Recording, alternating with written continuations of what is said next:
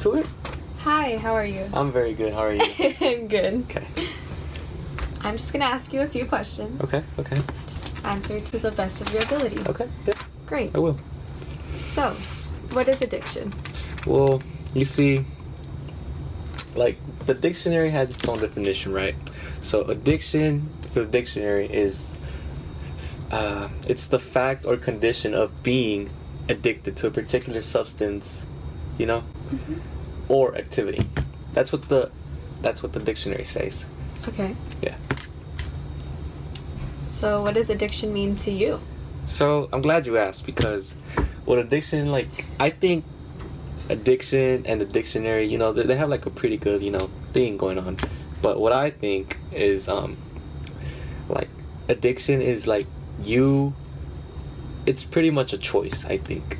So you can be an addict by choice. So you chose to drink, so you're gonna become addicted. That's the choice. But I do know that once you become addicted, it is a disease in the brain. So that's what addiction means to me. Great.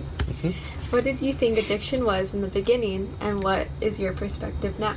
Well, in the beginning, before I started the class, I thought addiction was just a mental disorder.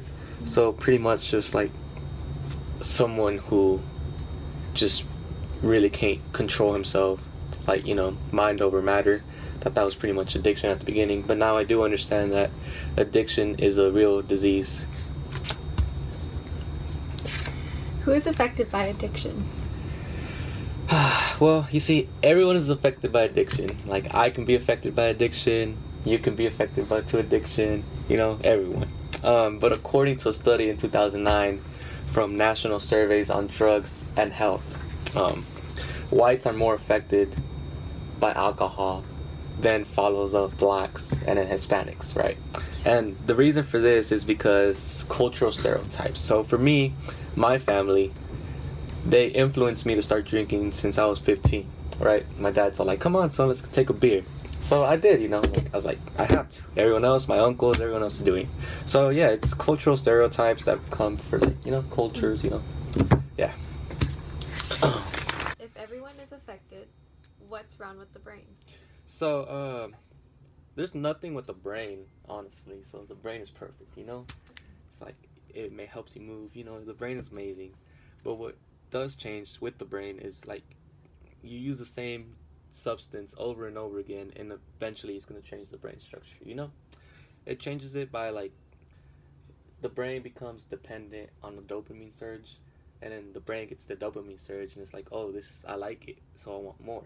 So then the brain needs the dopamine surge to survive because it stores it in a long-term memory. So then the brains are like, I need whatever you're taking, like Coke. I need Coke to survive because it makes me feel good. So, that's where the disease of the brain comes in, because it changes the whole brain structure. Okay. What happens to the addicts? Like, what do they go through? What addicts go through? That's a good question. What goes through an addict's life is called the compulsive cycle, which is pretty much pain. Here, I'll just draw it out for you, honestly. It'll be better. So it goes from pain to compulsive behavior, right? Behavior.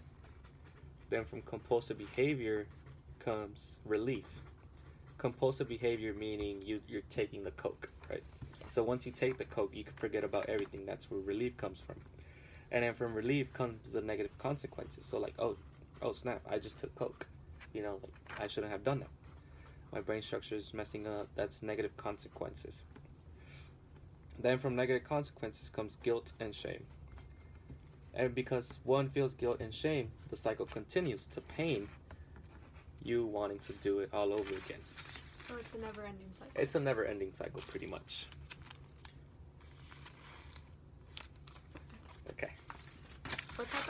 What type of addictions are out there? Well, addictions could be anything. Like, they could be from serious, such as like nicotine, coke, weed, alcohol, ecstasy, gambling, sex, like those are the serious ones.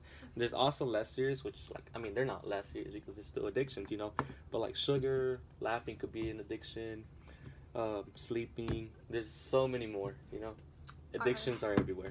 Are you going through any at the moment? I might be going through a nicotine addiction, but I'm still in denial, so we'll have to see about that later on. Okay. Can an addict ever recover? Yeah, of course, an addict can always recover.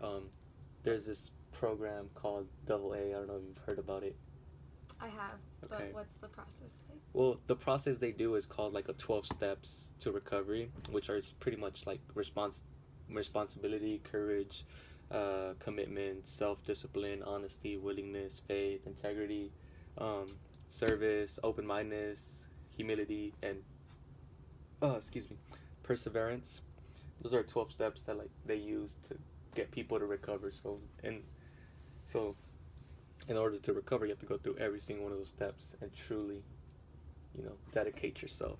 Yeah. To be able to recover. What impact does addiction have on the family? Well, addiction, the impact it has to a family. Well, the family is pretty much like a thermostat, right? The thermostat keeps homeostasis. So like you keep a certain temperature, and you can't change it, right? So, Yeah. Okay. So yeah, it's pretty much like thermostat. The parents want to keep the family the same, so they put on rules, stuff like that.